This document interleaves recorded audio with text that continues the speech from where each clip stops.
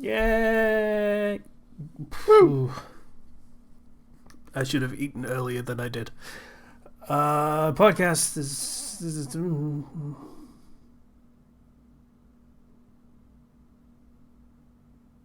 Yes. yeah, yeah. You Yeah. just kind of stopped talking there. Yeah. Hmm. Words not what So I don't know what episode we're on, but hey, we're on an episode. yeah.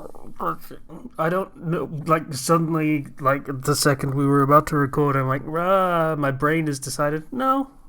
I'm thinking. I think I'm going to check out for a little bit and see how this plays out without brain power. And see what Mid happens. sentence, you just deflated. Yeah. You've been taking me for granted, body. It's time to turn off.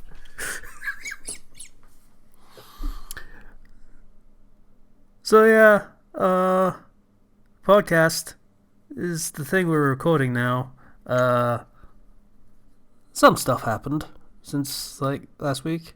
You know, it's cool. The game shows. Yeah, Game Awards. That's it. Woo! The God of War awards. Okay, I mean Elden Ring won, but all right. I know. It was a whole thing because they moved the date to include specifically God of War and then threw it They in did 9 not. categories. They explicitly did not.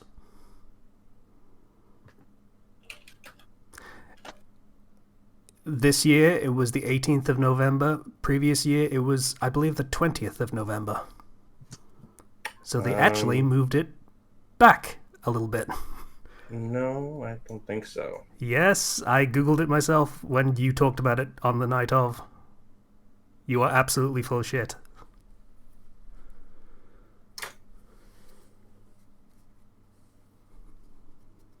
Now I'm doing my research. Let me see.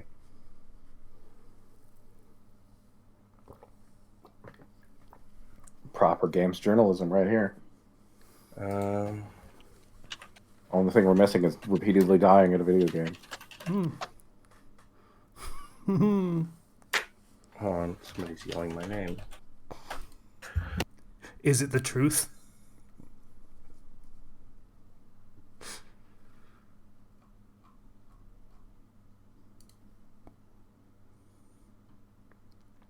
So yeah, Game Awards were a thing. I'm just so endlessly delighted by the God of War team just making a bunch of GIFs of their characters, doing like a bunch of memes. It's great. I was not aware of that. What? Oh yeah, yeah. Like I'm curious if Discord has any.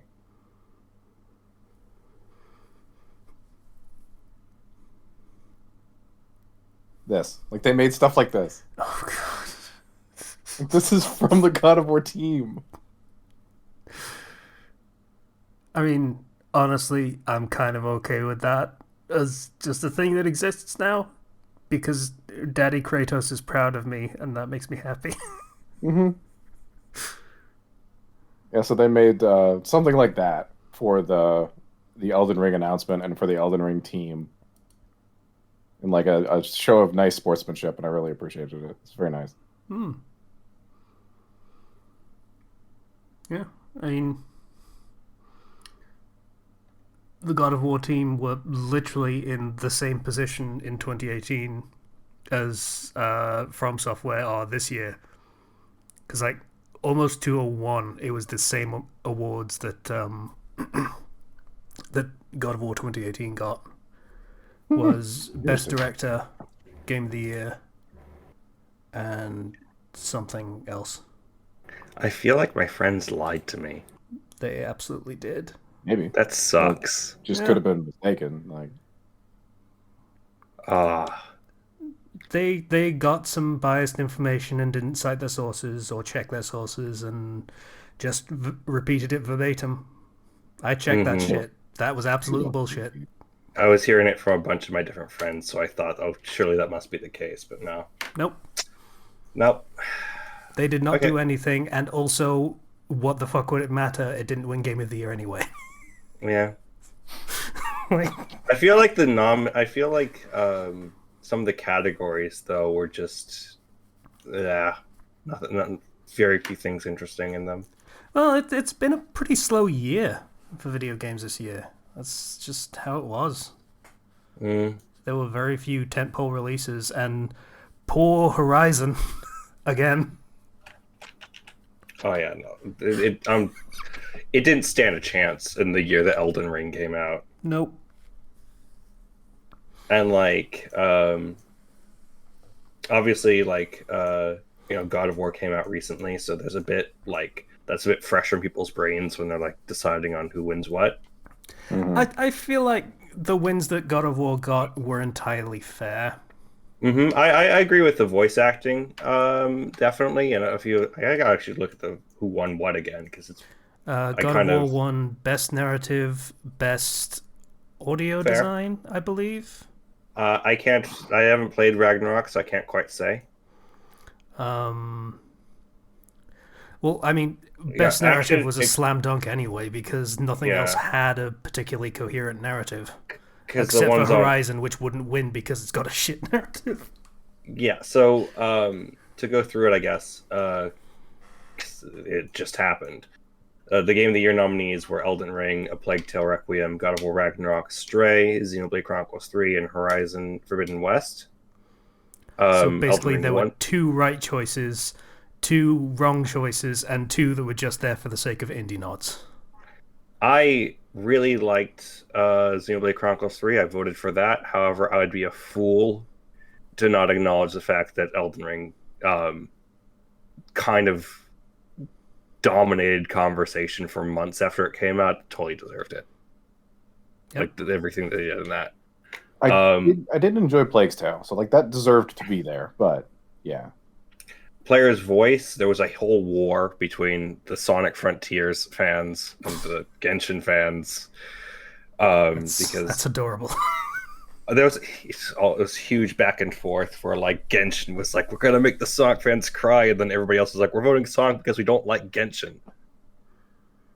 fair. Um, but Genshin won, so congratulations, Genshin players, for 800 Primo Gems. Yeah, enjoy it. That's not at all the reason that they can't have voting be the primary impetus for Game of the Year, the actual award. Like, I'm being Hmm. sarcastic. That is absolutely the reason because of stunts like that. Where, hey, a live service game will be like, hey, maybe if everybody in our player base votes for us to win Game of the Year, we'll give you some free shit. Maybe. So, They've set a precedent whenever Genshin wins an award, they give them free stuff, so Oh people yeah, were all kinds of expecting live that. service games do that, and that's basically why live service is more or less its own category. Yeah, in the world of where live service exists, like that's you can't stop them from offering things. Hmm. It's on their own platform. Nominees for ongoing game were Final Fantasy 14, Apex, Fortnite, Genshin Impact, and Destiny 2. FF14 won, which is Hmm. I voted for that. That one deserves it. They have been doing a great job with that and with adding new things to it. So community support, FF14 won that again. Um, Only differences with this one and the previous one is that instead of Genshin, No Man's Sky was in there, which I found to be interesting. Best mobile game was Marvel Snap as the winner, and the other options were Diablo Immortal, Tower Fantasy, Apex Legends Mobile, and Genshin Impact. Honestly, I might have given that to Apex or Genshin, really. Yeah, Diablo Immortal deserves to burn and never be recognized for anything but its predatory bullshit. And isn't Tower Fantasy just somebody tried to make Genshin but different? I don't even know what that is. I've never heard of it. Yeah, So, me neither. Best adaptation, Arcane won, but the other ones were Cuphead Show, Sonic the Hedgehog 2, the movie, Uncharted, and Cyberpunk Edge Runners. yeah, another one where there were only two potentially correct answers and one pretty much expected correct answer, unfortunately. I wish Edge Runners got it. I really do. I'm still gonna sit down and watch that one of these days. I just haven't gotten a chance to. I started it and then immediately like got distracted. I mean, Um, the fact that it's League of Legends is just an anvil around that show's neck for me. I don't care about League of Legends. Yet everyone that watched it is like, yeah, it's League of Legends, but who cares about that part of it? It's a good show. So, I don't know. Best RPG, you had Elden Ring won that, but the others No were kidding. Xenoblade 3, Triangle Strategy, Live Alive, and Pokemon Legends Arceus. Again, Triangle Strategy came out and they called it Triangle Strategy. Yeah, That's one, I had no idea it even came out. Two, that's a really shit name. they always do the thing where it's working title, and then like, yeah, let's not change the title, and it's like, No, you maybe you should should have have changed the thought. title in this case. Like, Octopath is a bit wonky, but you can get away with it. Triangle Strategy is just crap. I mean, if you can get away with something like Untitled Goose Game. Oh, that's a meme game. That doesn't count. um, I obviously, I had a lot of hardcore Xenoblade fans who want Xenoblade to win that. But in the year in which Elden Ring came out, it's just no shot. Yeah. Most anticipated game, Legend of Zelda: Tears of the Kingdom won that, but the others were Starfield, Hogwarts Legacy, Final Fantasy 16, and Resident Evil 4. Which Little bit of a stink about the Hogwarts Legacy thing going on. Basically, y- all audience reactions live to the nominations being read out and dead fucking silence for Hogwarts Legacy. I don't even know how that one got in that category, but you know what? I mean, it is a big name, and there are people that anticipate it, but in fairness, that audience was filled with people who would really not want to be seen cheering for a Harry Potter thing. Yeah. Yeah. Not even whether they're excited or not, it's just optics. You just not allowed. One of the really interesting things for the next category, which was innovation and accessibility, was that God of War Ragnarok won that, and I'm not sure what they did to their like settings to have further accessibility. Did you not see them showing it off? Oh wait, you Uh, didn't watch the thing because you were lame. I watched part of it, but at the same time, my D&D game was starting at like the same time, so I could only half pay attention. That doesn't really undermine the point of you being lame. So, yeah, they did do a bunch of shit, but in absolute fairness, the bunch of shit that they did was basically copying Last of Us. They put in a bunch of shit. Like, they made it so you have obviously the dialogue and subtitle settings, so you can have all the user interface bigger if you need it to be, and you can change the size of the subtitles. But they also have stuff like basically a high contrast mode. So Kratos as a character model is painted in one bright color, and enemy models are also painted in one bright color. So it's a lot easier to pass the information, even if it doesn't look quite as good. Like obviously, so yeah, they have done a lot of stuff for accessibility. No, that's good. The other ones in that category were The Last of Us Part 1, As Dusk Falls, Return to Monkey Island, and The Quarry. Which, I don't know what As Dusk Falls is, I don't know what The Quarry is. So. As Dusk Falls is the weird motion comic thing, which also won Games for Impact. We don't need to talk about Games for Impact as an award. I have seen nothing to make me think that game is even worth talking about, but I don't know. I guess some people liked it. And in fairness, I kind of thought the same thing about Celeste when that won back in the day. So.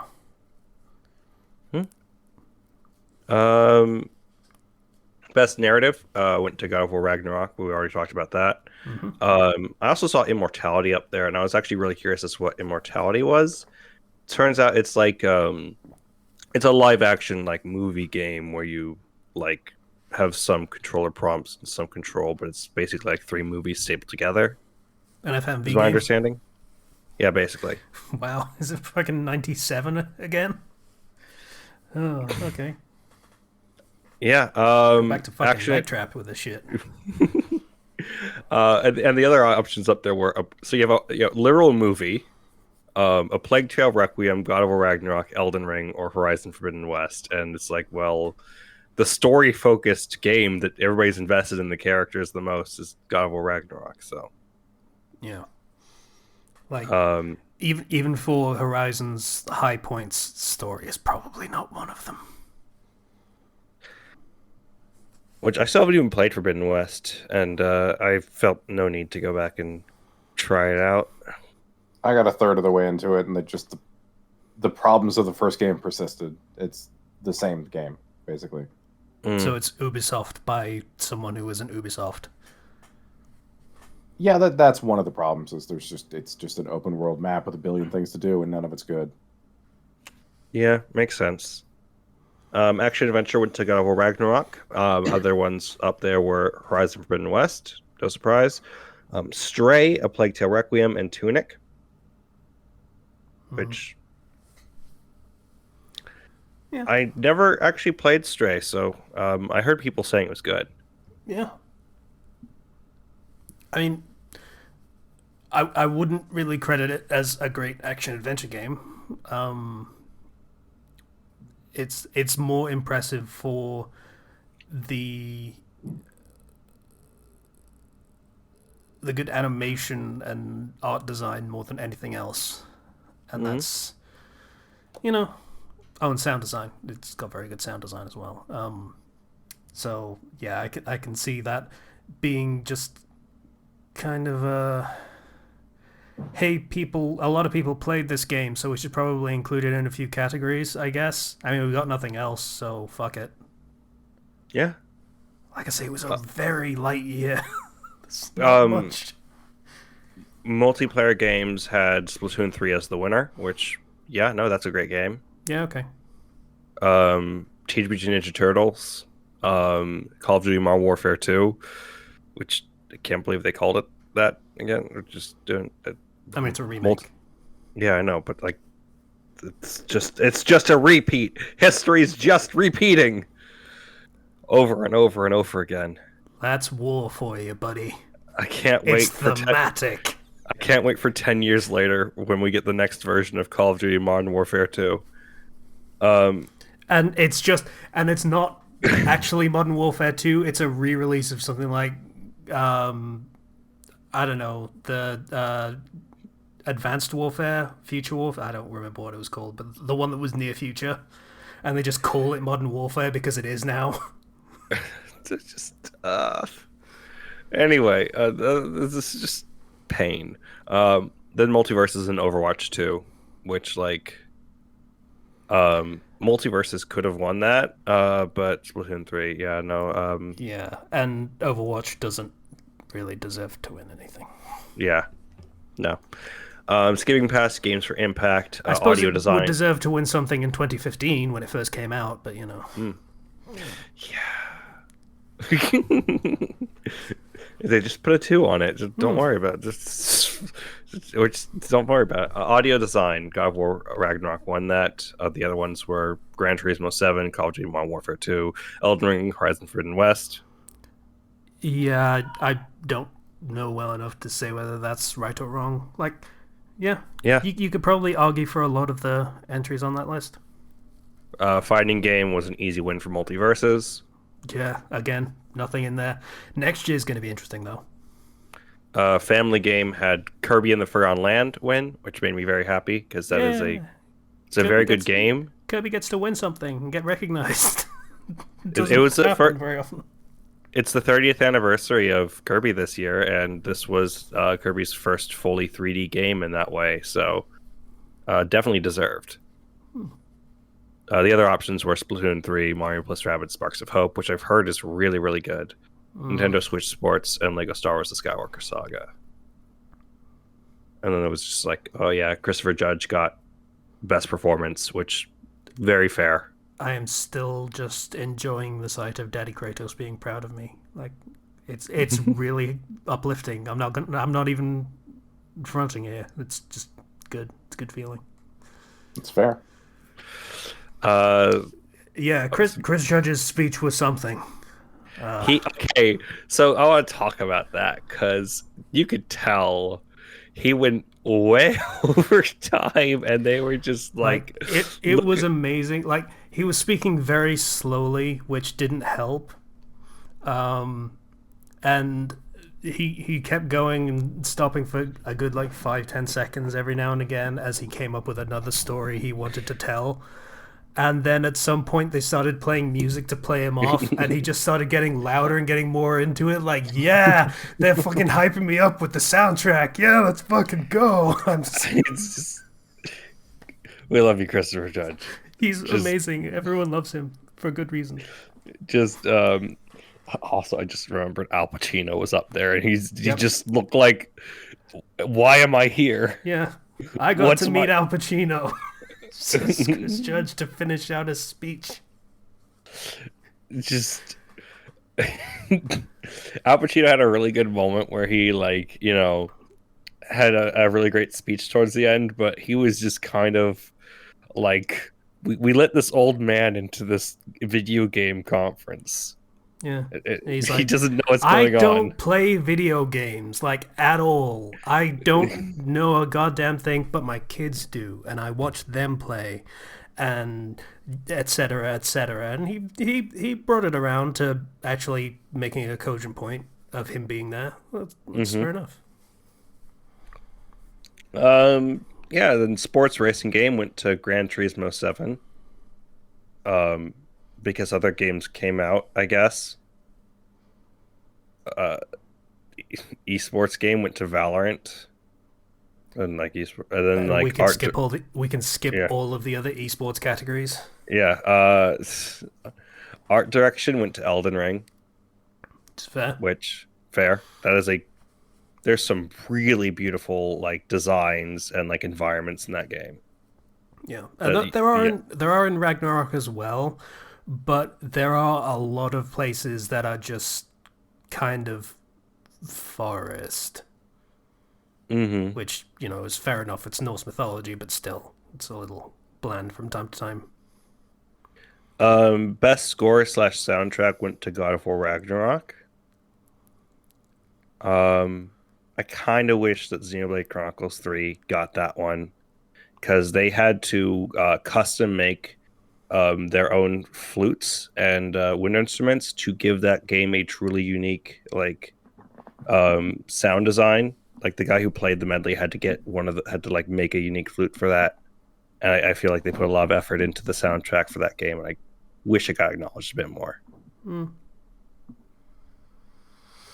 But also like Metal Hellsinger is there, which is apparently just really good metal like rhythm game where it has that the better you're playing, the better the music becomes, sort of thing. Cry system, yeah. Yeah. Which, some good choices over there, but God of War Ragnarok won. Bayonetta 3 got action game. Indie went to Stray. Strategy game went to Mario plus Rabbids Sparks of Hope, like I said, or it was good. VR game, I don't... Who cares? I voted for Among Us because I thought it would be funny. Fair. And then, everything else. That's basically the big things. Yeah, those are the awards, and then there were the announcements that are usually the things that people. Oh, and we can briefly talk about the fuckhead that decided to step on Miyazaki's moment. Like, dude, fuck you. I missed that moment because I turned off the stream and then I heard about it afterwards, and I was like, oh gosh. Yep, I remember saying in the fucking chat, Zero, you missed out, because, like, holy shit. Yeah, that kid deserves a smack. Like, fucking...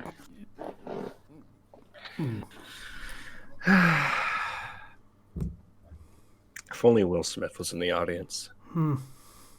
He could give him a smack. Keep Bill Clinton's name out your fucking mouth. Yeah, okay. fitting for award shows. Wasn't banned from the video game awards, so No, I guess not. So, yeah. um, So yeah, announcements. Hades 2 is the only one that matters ever, like for all time. very excited about Hades too. I'm like that had me really hyped. At first, I thought it was like a DLC type thing, but no, it's full on game. Yep. And there are already articles, think pieces out there about how Supergiant are selling out for doing a sequel. Like, fuck off. I would like for them to do more sequels, please. Thank you. I mean, the point of their policy isn't that they don't do sequels, it's that they don't do things that they don't feel creatively passionate about. Mm-hmm. Bastion, it was successful. They could have done a sequel. They were pretty happy leaving it where it was. Transistor, this is an argument to be made that it probably shouldn't get a sequel. And Pyre, the same. But, like, point being, there were opportunities for them to do sequels before, and they decided not to because they had more interesting ideas they wanted to pursue. This is an interesting idea that they want to pursue. Go figure. So, you know. Yeah. I'm very excited about that. There were some other really good announcements as well. Thank you, Supergiant, for giving me another tomboy waifu. I appreciate it. Keep doing the good work. Okay, so Among Us announced a hide and seek mode, and I actually been playing hide and seek mode with my friends, like without having an official mode for it. Yeah, it's just a thing people invented on their own, and they're like, okay, we can do that, and built one of their own. Like, fair enough. Yeah, so I went and I played the official game mode. It's just a lot of fun. Of like the crewmates have the ability to vent, so they have like a limited number of vents, and you can only hide in vents for like a set period of time for like 3 seconds at base, but you can change the settings and everything. And you have a proximity detector for the seeker, and the music gets more intense the closer they are. So you're trying to hide, and if you're the seeker, you just get to run around with limited vision looking for people and just instantly murdering them. It's just super fun. It's the type of mode where you could just keep because normally when you play with friends, you all mute and stuff because it's mystery of who killed who. But in this one, you can just scream and chat. It's incredibly terrifying. I love it. It's the most fun I've had with a game in a long time. Yeah, it's always good to come up with something new to keep things fresh, even if that means stealing community ideas and just using them yourself. Like, fuck it. That was, built upon what was already there, and adding the ability for like people to vent and do other things, and making it a rule setting, so now you can actually search in random lobbies for people who are playing that rule setting. I don't know. Adds a lot. And a bunch of other stuff was announced, like a Bayonetta Origins. That is basically not Bayonetta, yes. Yeah. A new game from the creator of Celeste called Earthblade. Okay. Yeah. I like Celeste. Sure, why not? And Death Stranding's getting a sequel. That's surprising. Okay. Called Death Stranding 2, in case you were wondering. Ironically, and perhaps hypocritically, my first reaction to that is, hey, this game was successful, why don't we do a sequel? Make more money. Yeah. Yeah, so that's maybe a little unfair, especially, it's Kojima. He has things he wants to do with it, even if they're really weird and opaque and stupid. But, that's his brand. Another trailer for Final Fantasy 16. That game's probably going to be good. Yep. Armored Core 6 was shown off, and boy, I want to play a mecha game now. Please let me play the mecha game. Thank you, From Software. A lot of people are very excited about that. So I'll definitely give it a try. Honestly, I've never really tried to get into that series before. Yeah, me neither. Hey guys, says From Software, did you know that we got our start doing mech games Please before let we me took over the entire fucking planet with a new subgenre? Let me control Mecha. Thank you. There's a Crash Team Rumble fighting game for Crash. Crash Bash 2, basically. Yeah. God, that does not need to exist. Tekken 8, Street Fighter 6 release dates, and Yay. Diablo 4 release date. A new Hellboy game that is cel shaded. Starring Keith David. They showed like another trailer for that Kill the Justice League, and they revealed that that's like the last game that Kevin Fry is voiced in before he passed away. Which now I feel like I need to go get that game just because of that. I don't know how I feel about that, but okay. I was probably gonna get it anyways. I like the Suicide Squad. We did miss one, potentially because it came right after Hades 2, and when we were watching it live on the Discord server, link in the description, I did immediately say, "What's this? I don't know. I'm still hyped for Hades 2. I don't care." But it's actually kind of a big deal. It's Ken Levine's next game, BioShock guy. Oh yeah, it's called Judas, I believe. I don't even know what it's called, that. so I'll have to take your word for that. It's called Judas. I don't know much about it. It's probably going to be BioShock-esque. I'm guessing. I was too busy looking up lore about the new Hades protagonist, so it's. And there was they showed a clip of the new Super Mario Brothers movie. Yay! That exists. That is full of fan service, like the previous trailer. Sure. Will it be good? I don't know. I'll go see it. It will be fan service.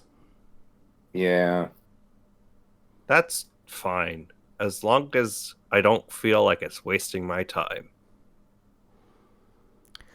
If it's wasting my time, then I will let you guys know. What a weird world we live in, where Mario is full of cheap and meaningless fan service, and Sonic is providing good stories with value. I'm still so excited that there's freaking not going to be that Sonic Frontiers DLC. Yeah. It's almost as though it's a sign of the end of days. Not that we're just in the darkest timeline. I think it's a case of one franchise failing and then trying to get back up and finding a way, and another franchise not having a big failure in many, many years. Yeah, that's fair. Complacency kills a lot of things. Yes. Yeah, what even would be the last Mario failure? Probably Sunshine? Sunshine would be that, but even then people still speak fondly about Sunshine. There are defenders of it. It has its faults, but it's a good game. In fairness, though, there are defenders of Unleashed as well, so, Oh, yeah. Well, Game Awards, everybody. Yeah, it was a good time watching that live. Zero's lame. What are you talking about?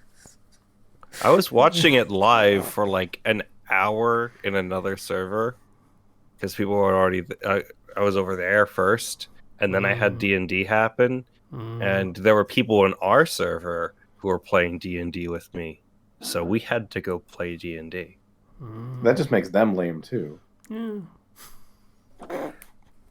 I'm not going to suffer being called lame for missing out on the Game Awards of all things. It's so important, though, Zero. Right. Yeah, because if your game didn't win an award at the Game Awards, you don't have bad taste. Don't Right? you want to know who won best online creator? I don't care. You can make some pretty strong guesses. It's been a slow enough year that everyone's pretty much played everything that came out. What about best esports coach? I don't care. So yeah, that was the Game Awards. That was fun.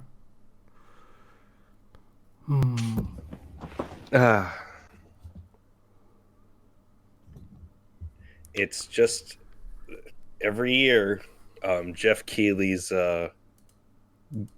big show. It's always meme worthy. Yeah, I mean, it's an award show. That is just part and parcel with being an award show. It's not particularly special in that regard. I mean, again, fucking Will Smith. How much fucking fun did people have with that shit? Oh yeah. True.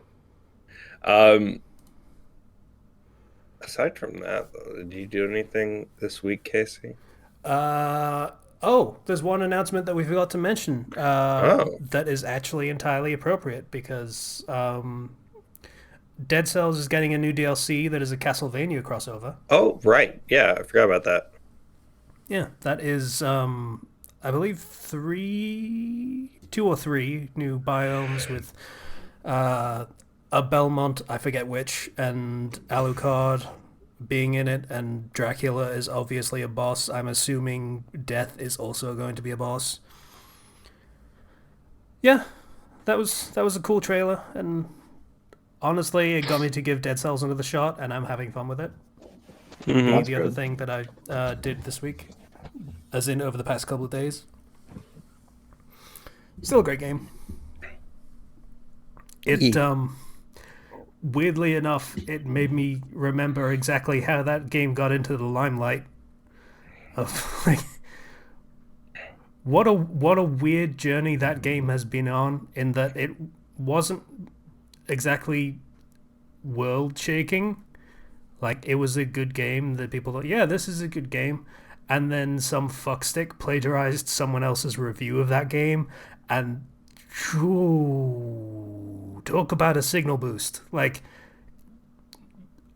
all over the internet, people were suddenly talking about Dead Cells, and it suddenly was a massive game that everyone was talking about and enjoying.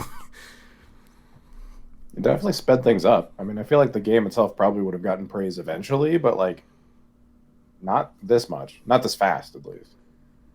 I mean, it's not fast at this point. It's been like years, but you know. Well, yeah, I mean, at the time. Yeah, to go from an indie game that was kind of getting a little bit of attention enough to break even to, hey, we're doing a DLC where we cross over with Castlevania. Like, fuck. Thanks, confirmed plagiarist Philip Mewson. You made this tiny indie game a big deal, and it kind of deserves it. So, good job fucking up, I guess. Confirmed plagiarist Philip Mewson. Yeah, no, he's never living that one down. He shouldn't. He shouldn't ever. Freaking. I wonder what he's doing now. I don't actually care, but I do wonder. I'm betting you he's just working in the coffee shop. There was a thing where he just went back to his old YouTube channel after IGN fired him and just kept on keeping on. I don't know whether he's still going. Oh, But yeah. So that's still a good game. I'm enjoying it more than I did previously, which, man,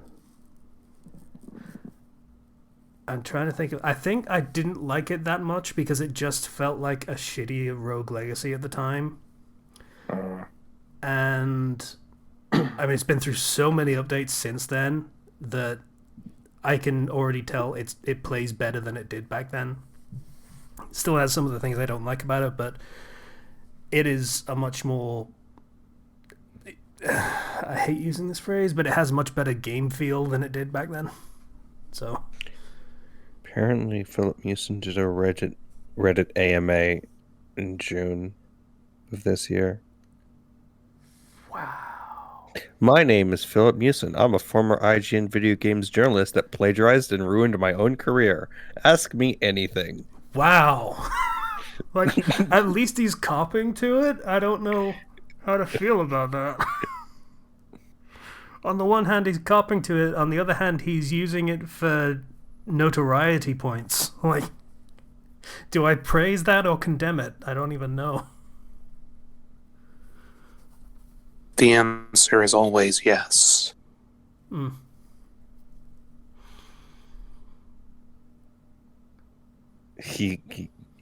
He's claiming that he made one mistake, despite the fact that there were Did it multiple dozens of accounts of times. plagiarism.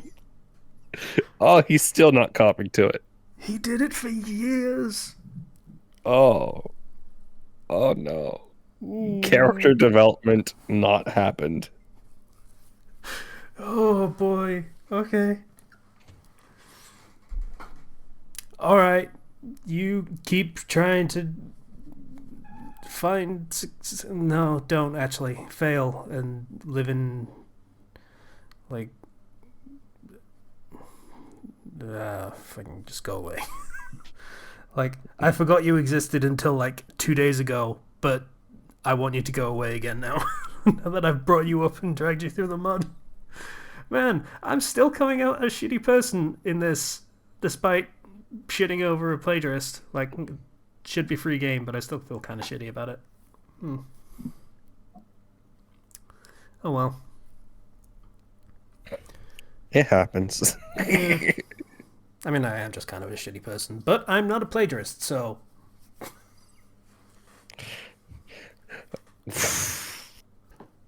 At least I'm not a plagiarist.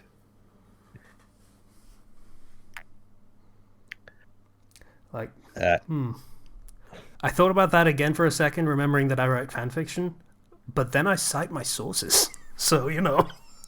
Yeah.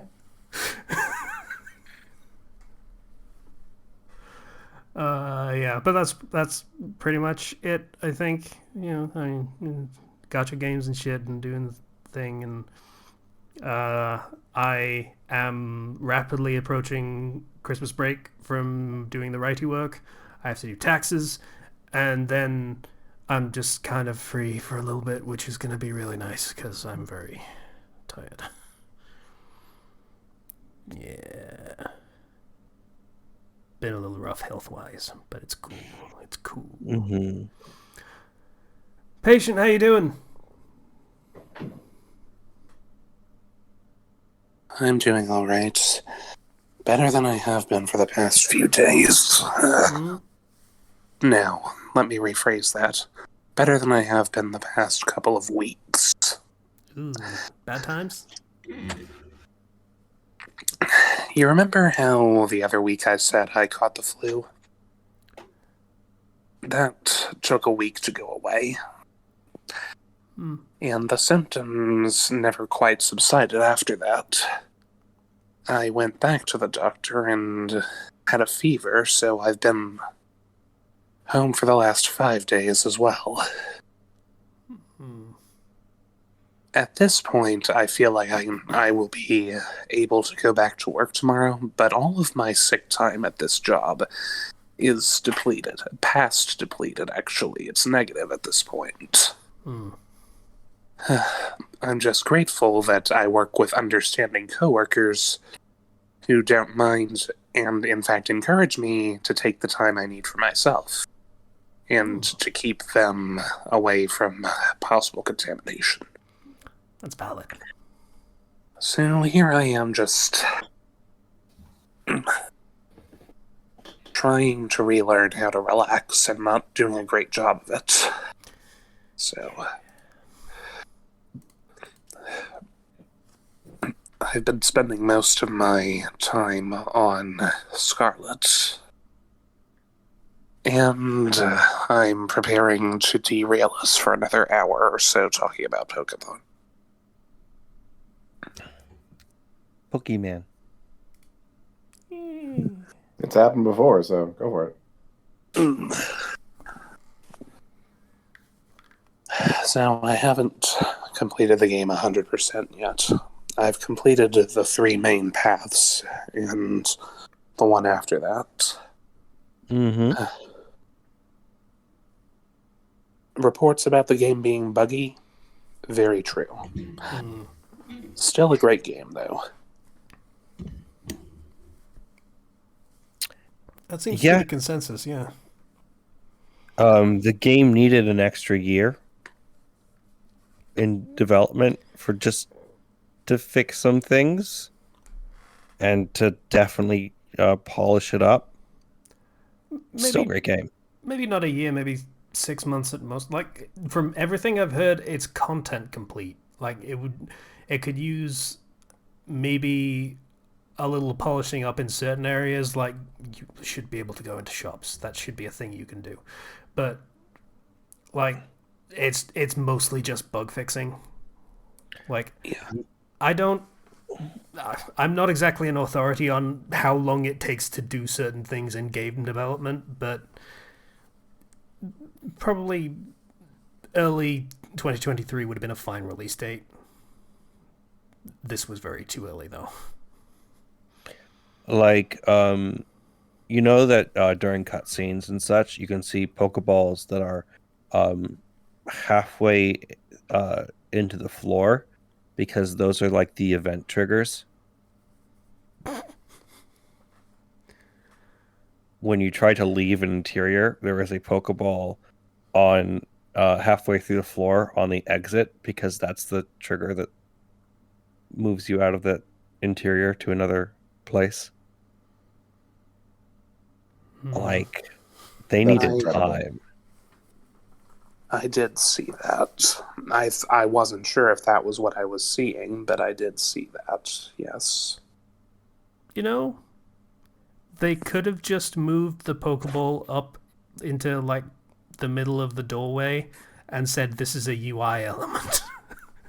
This is so you know where the exit is. Yeah, there's some stuff. I feel like even if it is like content complete, there's some extra stuff that they could have added in from just extra like quality of life stuff and polish they could have brought over from Arceus as well that wasn't fully brought over.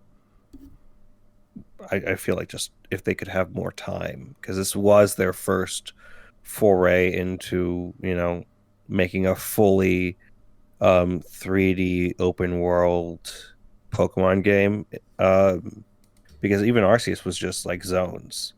This was like entirely open. And yes, and while that was a good thing, it was an impressive thing. Yeah, it just needed a bit more fine tuning. It is amazing, don't get me wrong, just to be able to go everywhere. It's one of the best parts of the game. Even if I did stumble into a couple of areas too soon during my playthrough. But, yeah. That being said, like, given the time constraints and everything, they made actually a really good Pokemon game. And some of the new Pokemon that they've introduced have actually gone up to the top of my favorites list as well. And I mean, I haven't been overly impressed with a lot of designs recently.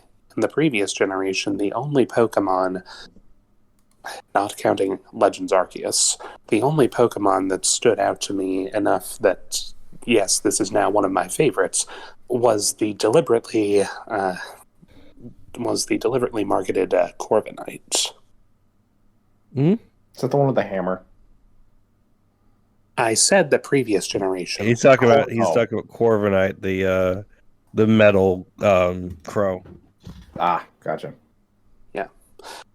No, the one with the hammer is Tinkatink, and then Tinkatuff, and then Tinkaton. Mm-hmm. Tinkaton's great. The ones that I love so far are Arboliva, the final form of Smoliv. Oh, really? Yes, I love the gracefulness of that design. And its ability and the way you use it, it's fantastic. And then I'm also really fond of this generation's Golem family. The Knackly, and then Knackle and then Garganackle. Yeah. I think that there's just a lot of solid designs in this generation. It's easier to name which ones I don't like versus which ones I do. The other big one that stood out to me so far, I didn't have any strong feelings one way or the other towards this generation's new pseudo-legendary. But when I heard its cry for the first time when I was sending it out in battle, yeah, it shot right to one of my favorites. Ice types always seem to get the best cries. All right, I need your honest opinion as to this Pokemon. The pseudo-legendary, you mean? No, the one I just posted in recording chat. Oh, hold on. For our audio listeners, Toadscroll. Toadscool. Yeah. Now, see, Tentacool and Tentacruel are some of my favorite Pokemon, so I feel kind of obligated to like this one just by design. It is unnerving, especially Tentacruel. I mean, Toadscruel. The way that they've designed it, it's kind of unnerving. The way it bounces around. Also, someone needs to draw in the rest of Squidward's face. It's bold and brass, more like belongs in the trash. I do like Toadscruel, all right. It's still a solid Pokemon, and I like the shiny Rave version of it. Oh, that's pretty cool. That's a cool coloring. I like that.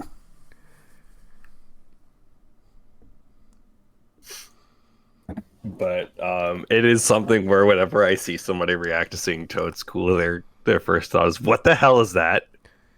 Oh no! Does kind of remind me of some animated videos I might have seen.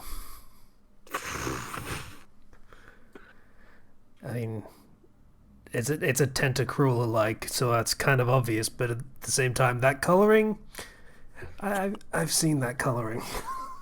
It's a ground and grass type too. I mean, that's part of the reason I like it. I love both of those types, and it's a pretty good combination on top of that, aside from having to worry about ice types. That's probably another reason why I like it so much. I absolutely love the Torterra line.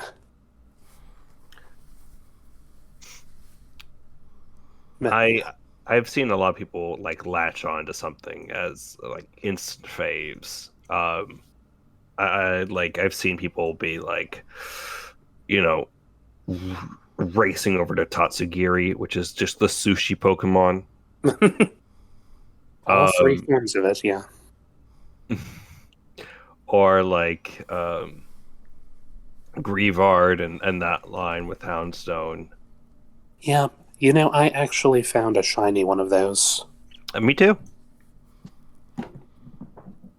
Well, But I have to say, I think the best Pokemon this gen, without a doubt, is Flamigo. That one of all? It's the best one. Because it's just a flamingo. They didn't even try. It's a fighting flying type too, so it kicks your teeth in. Uh-huh. I love it. No, that memes aside. Obviously, I'm a big Ceruledge fan because I'm still working on my. I'm still working to find the way to evolve Charcadet. Although, I found of all the Pokemon I was expecting them to update, I did not expect them to give an evolution to Bisharp.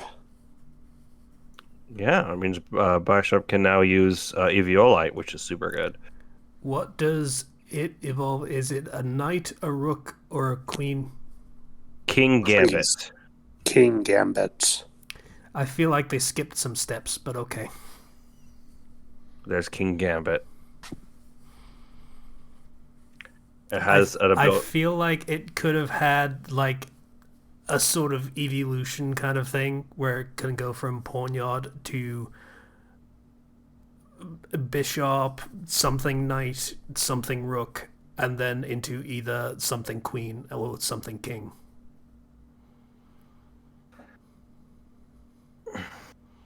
Might have been a bit complicated, but I think that would have been cool. Yeah. So King Gambit has Kowtow Cleave, which I find great as its signature move. Kowtow cleave, really? Yeah. It's a dark 85 power move that never misses. And then it also has an ability called Supreme Overlord, which means its attack and special attack stats are boosted for each of its allies in its party that have already been defeated. Also has Defiant as a potential ability. Mhm. So, yeah, good Pokemon. What do you I think can- of yeah. what do you think of the Dunsparce? The Dunsparce is perfect. What if we just Yep. made Dunsparce slightly bigger and added another segment to it? Another segment or two. Yeah, or two. That just opens the door for Dun Sparse. Yes, it does. Yeah, which makes it the Here's- best. You have Dunsparce, Or Dun Sparse. and then you have the Dunsparce, and then there's the 3 segment variation, which adds an even another segment on top of that. The Dunsparce. There's a 1 in 100 chance of getting the 3 segment form. Didn't know it was that uncommon. Speaking of uncommon alternate forms, there's one good thing about the camera. The way the Pokemon encounters work on the overworld. Using the camera carefully enables you to identify between the 2 forms of Sinistea without having to catch scores of them before you find the other form.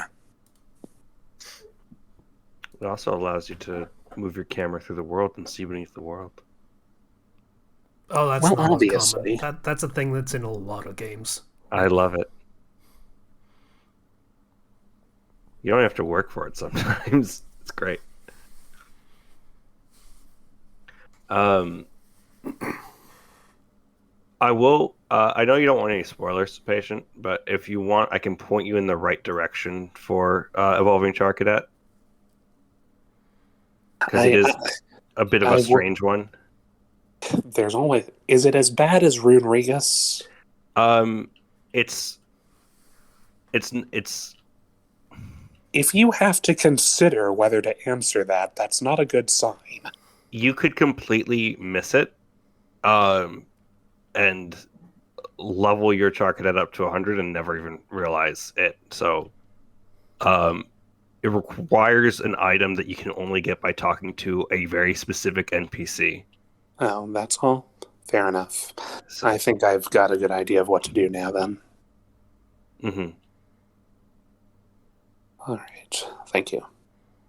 Yeah, no problem. Because I was going insane, being like, I need to get my Cerulege before I actually play the game and start it properly.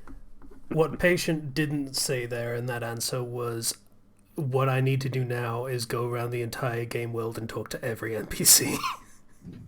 Please, Casey. I have a good idea of who I need to talk to. Okay, if you say so. Yeah, I don't want to give too much away, but I'm glad that that's enough. Is it intuitive? There have not been very many characters that have been shown to have an association with Charcadet. Only 3 spring to mind. There is somebody says, "Hey, I can get you something good. You do this for me," and then you do it for them. Mm. It's kind of entirely unrelated to a certain extent. So easy to miss. As you say, then. Well, I'll see what I can find. I did find the Rotom catalog already, though. Oh yeah. So whenever you have like a character, like a Pokemon that needs a specific item, then that will start to show up in the rotation of the auction items you can get. Whenever you have a Pokemon, I mean, are there any others that have that specific need besides Rotom? People looked into the code and they saw that like if you were to have one of the legendaries from like past gens and they need like their like say the Grisiusaur for Giratina, you could get that from the auction. Huh. Fair Stuff enough. like Then. that. Fair enough. Cool. They're actually looking forward in that kind of thing. Because like, I assume that those Pokemon are not actually able to be transferred over to this gen yet. Yeah, no, Pokemon Home support only comes in next year. Yeah. So waiting on that. But yeah, like I say, that's good that they're forward thinking in that, and they've already got it set up to be very accommodating in that front. Yeah. So that's pretty good. The auctions change every in-game day, which is like every 20-ish minute cycle. So, you can just keep going by and checking. Sounds like a plan. Thanks.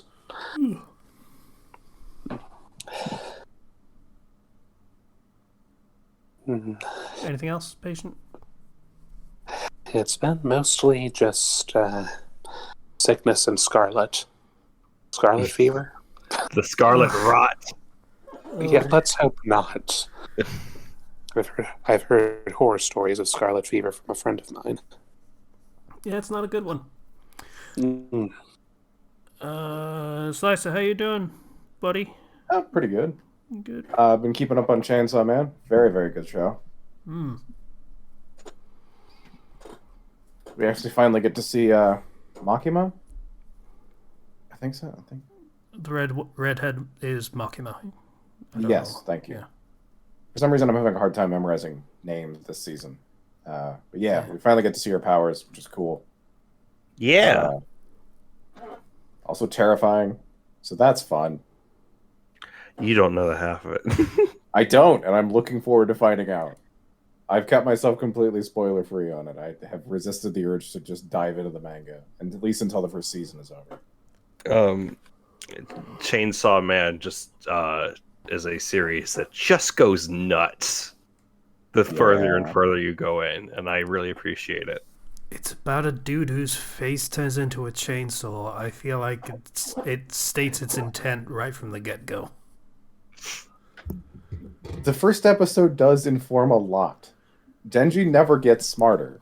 He doesn't have big eureka moments in battle. He just gets dumber, and it's great. His eureka moment is, what if I hit it harder? Or what if I just eat it? There's a really, really good version of that in the future that I really hope we get to see animated, and I'm just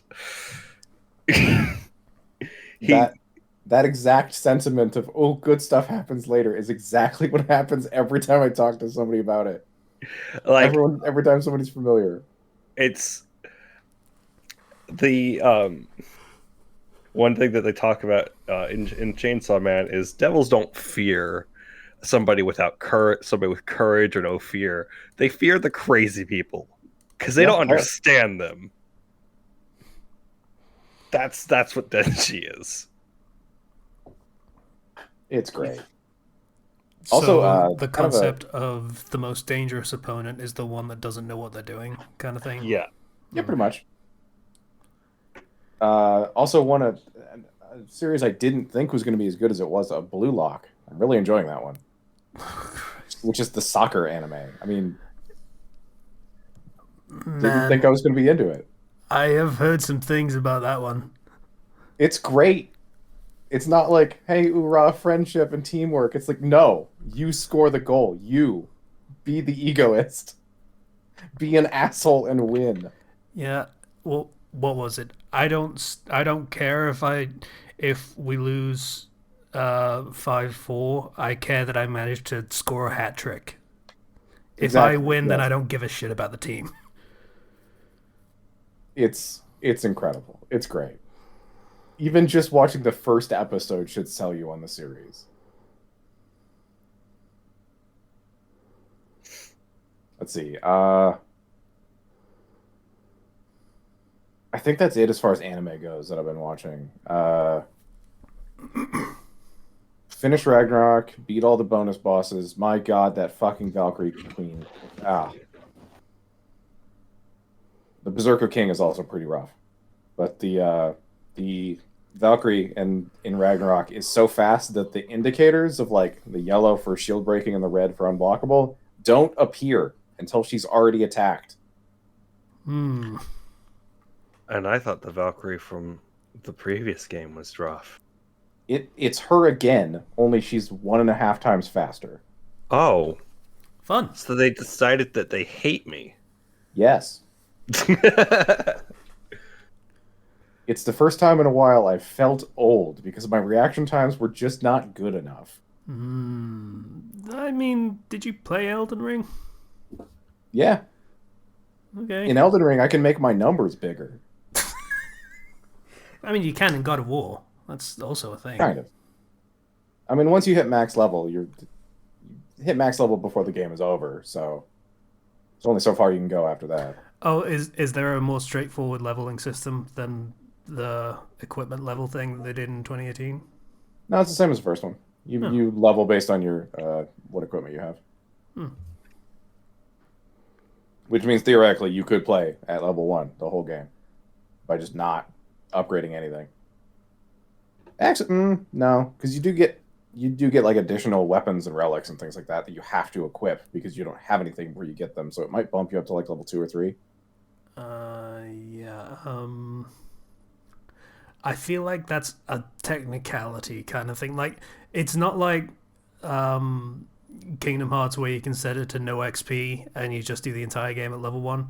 That's that doesn't work for God of War because the differential of being a level below the enemies makes every fight a danger.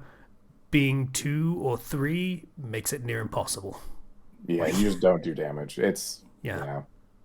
Like, I do remember doing like 2018, and every time a new area would unlock, I would just go and try and do the content as soon as it unlocked.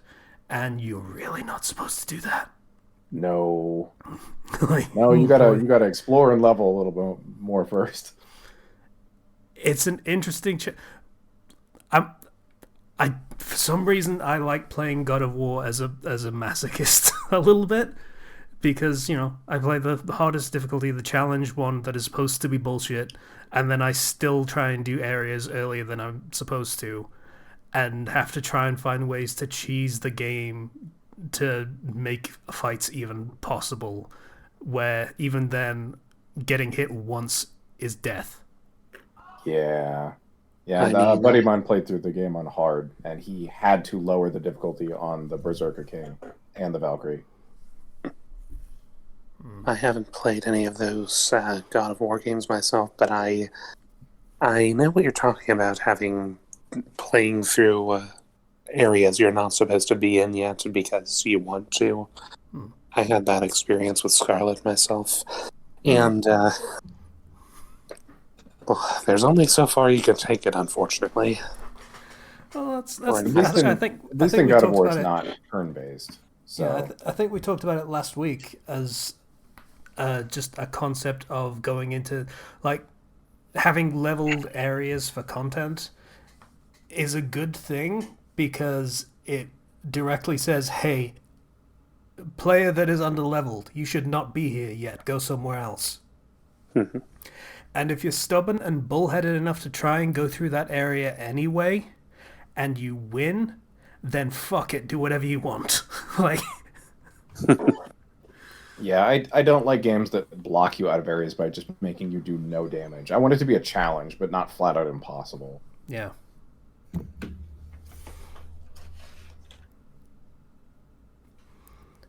I think that's it as far as video games. I don't know if I've played anything else. Some bullshit happened at work, so that was fun. My entire team found out the hard way that if one of us fucks up, our trainer, who is the senior employee and the same rank as us, like we're all forms techs, she's held accountable for it, even though we're not in training anymore. So some formulations came up mixed wrong, and we all got written up for it.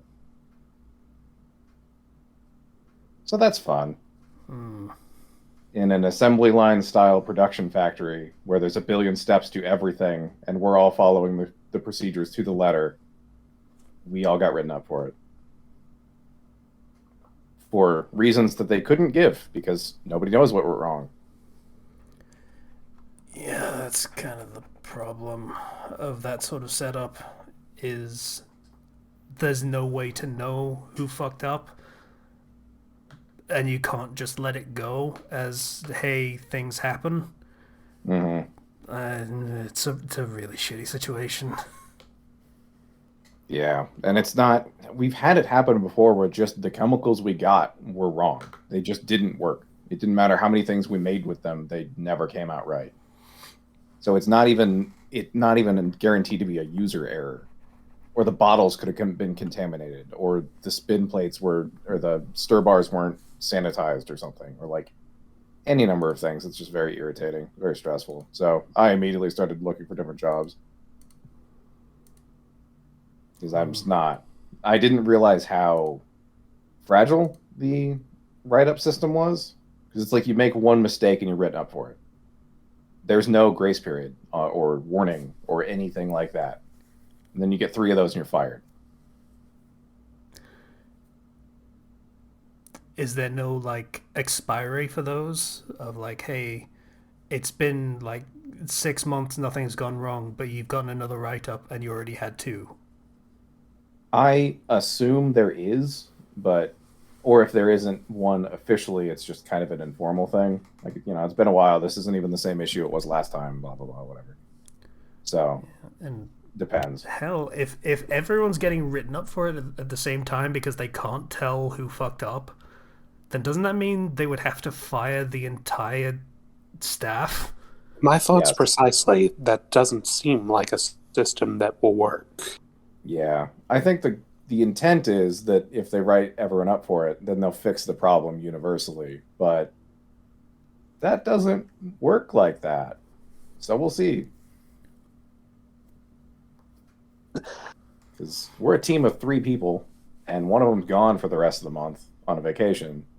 And there's only 2 of us, and both of us have mentioned we're looking for other jobs. So, God, I hope we find something before the other coworker gets back, so they can just get fucked. You're sure it's that coworker that made the mistake then? Oh no, one of them was probably me, and one of them was probably the other coworker that's at there right now. The person who trained me, actually. But that was a contamination error, which doesn't make any sense based on how we do things. So. That's really hard to get to the bottom of. I see. So, yep, fun stuff. But nepotism is going to work probably great for me because one of my housemates runs a lab in another business, and they're like, "Hey, we got an opening, so take it. You just send in your application, and I'll just talk to the person. It's hired for that position."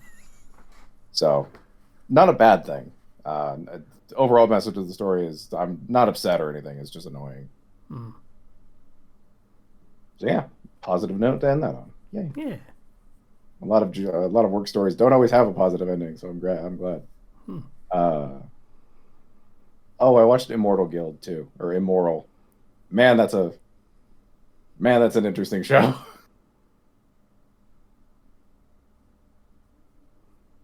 Okay. I don't know if anyone else has seen. Sorry, No. I try not to forget things. I always forget things, and then 10 minutes later, I'm like, I forgot something.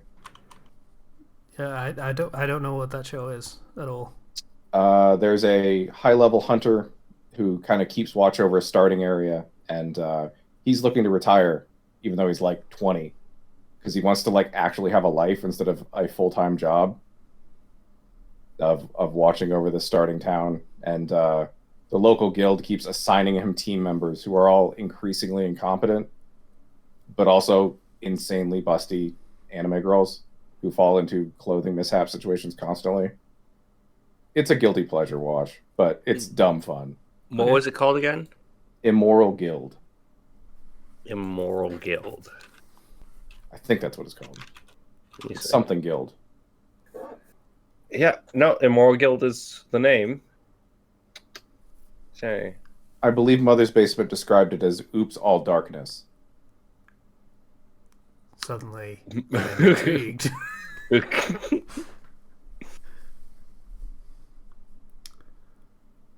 So yeah, I believe that's me. Okay. How you doing, Zero? Well, on Monday I got to sub for kindergartners again, which was an experience after student teaching for second graders. And For like also it 4 being months. December, so they're all probably a little excitable. It was also rainy, right? Hmm. And the kids did something which I told them not to, which is they all decided to jump in the puddle, which meant their shoes got soaked. Which, but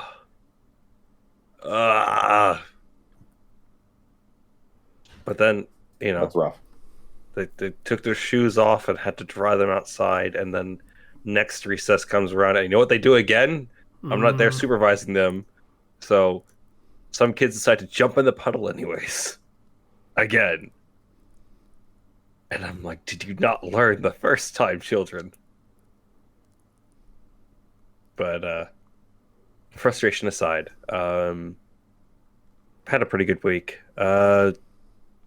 I went and I saw a movie in the theaters called Violent Night. Okay. So you know the guy who plays the sheriff in Stranger Things, David Harbour?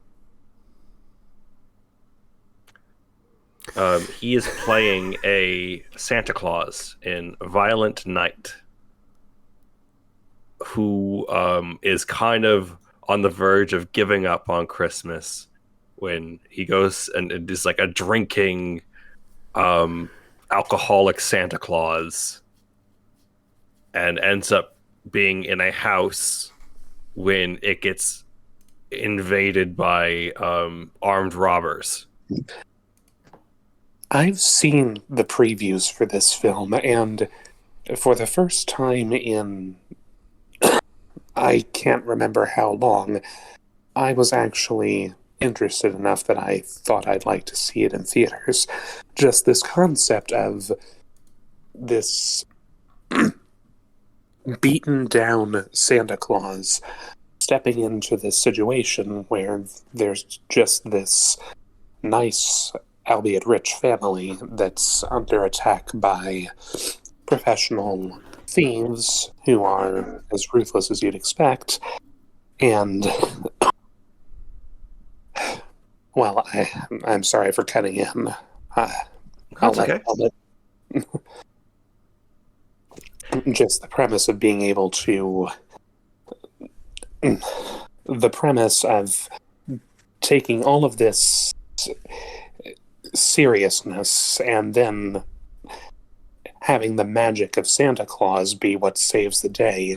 The dichotomy is just jarring, and I love it. It's pretty funny, but it's also, this is an incredibly violent movie.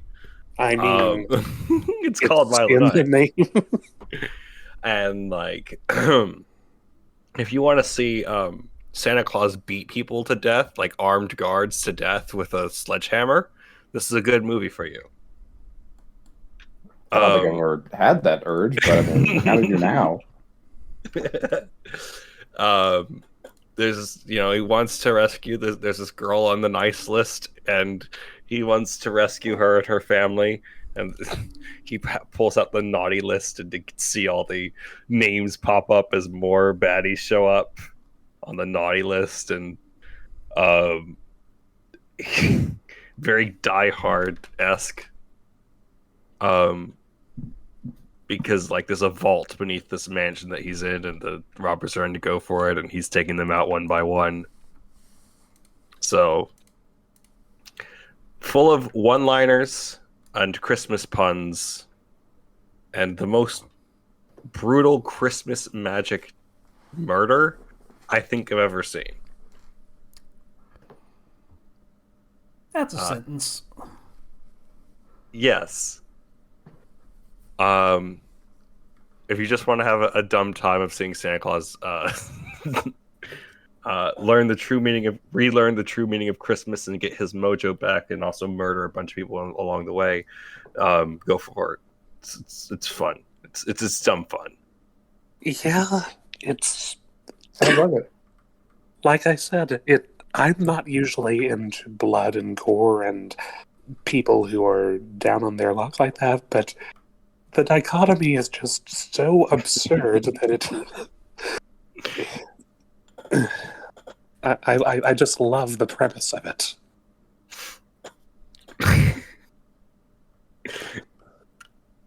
They even established lore for their Santa Claus, which is really interesting. Oh god. Yeah. Go watch that. That's very fun. I also, like I was saying before, I played with the new Among Us mode and enjoyed that a lot, because it's something I felt like I could just play with random people and still have a lot of fun. And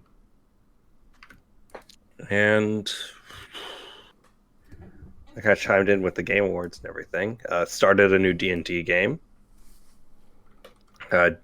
Because the game I was in before couldn't end up happening, so DM'd by Dawn, who's in our Discord,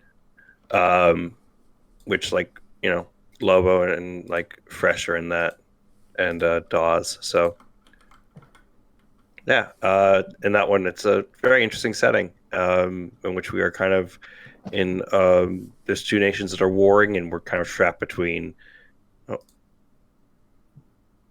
Yeah, I got that. So we're kind of trapped between a sea of horribly mutated monsters and a desert that is made of this stuff called dire dust, which consumes all liquid that it comes into contact with. And there's a wall protecting us, but if that wall ever goes down, and even some of it's getting over the wall too, basically we're kind of boned, and just a very dire setting. And because we voted on, we haven't quite seen this come to fruition yet, but we voted on the genre of this game, which is horror.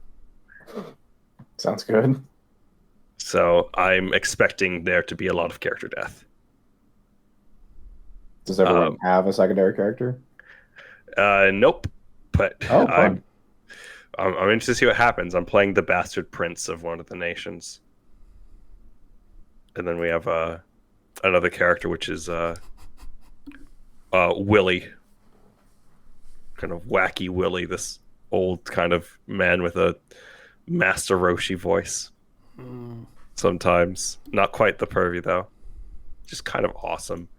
And a frog, and like a traveling magician, and a soldier, a mercenary. We're probably going to die. Oh, probably. The first session was just literally like getting to know each other, and then next session is going to be like, yeah, no, we're going to die. Murder. But that's it for me. But before we continue on, I want to get to the Patreon, because I already have that open, and thank our patrons for donating to us on Patreon. Thank you to Ryuhitsuya 21 for your $5 donation. Thank you to Sailor of House Thunderbird for your $5 donation. Thank you to Vale for your $10 donation. Thank you to Greek Guy for your $1 donation. Thank you to Ethan F for your $10 donation. Thank you to Bomber BCM for your $1 donation. Thank you to the Cross Brain, as always, for your $10 donation. And thank you to Troper37 for your $10 donation. You guys are awesome. Thanks, guys.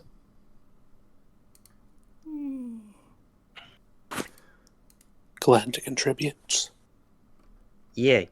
So I may have gotten distracted reading the thing that Great Guy posted in the shithole. A little Fair. bit. That's okay.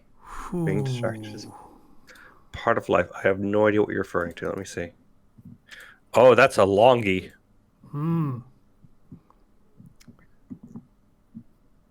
Yeah, to TLDR, basically people being like, we need... Patient might not appreciate this, I'm not sure. But essentially, someone believing that weak ideas of masculinity don't fit the church because Jesus was a super strong buff dude who totally didn't die on the cross. Oh.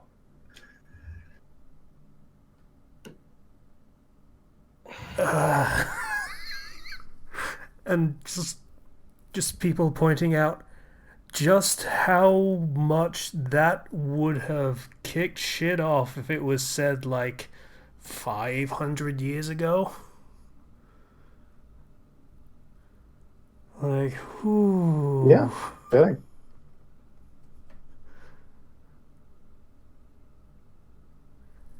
Yeah, so that was a fun read.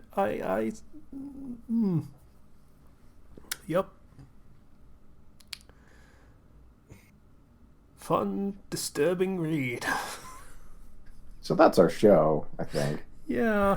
I'm just in shock. I had the self-restraint to read it later. Yeah. So, Okay. Have fun with that. Like, yeah. ooh. I think of the Ricky Bobby thing where it's like, well, everybody has my own Jesus. My Jesus is the little baby Jesus.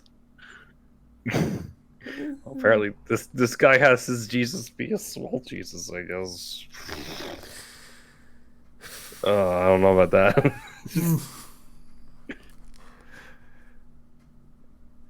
Okay, yeah, so sorry about bringing that into this whole thing, but I couldn't leave it alone. So, yeah, thanks for listening to the podcast about stuff that wasn't about the thing that I brought up at the last second for no reason. Patreon, link in the description, Discord, link in the description. Bye, everybody. See you guys. Merry Christmas. Merry Christmas.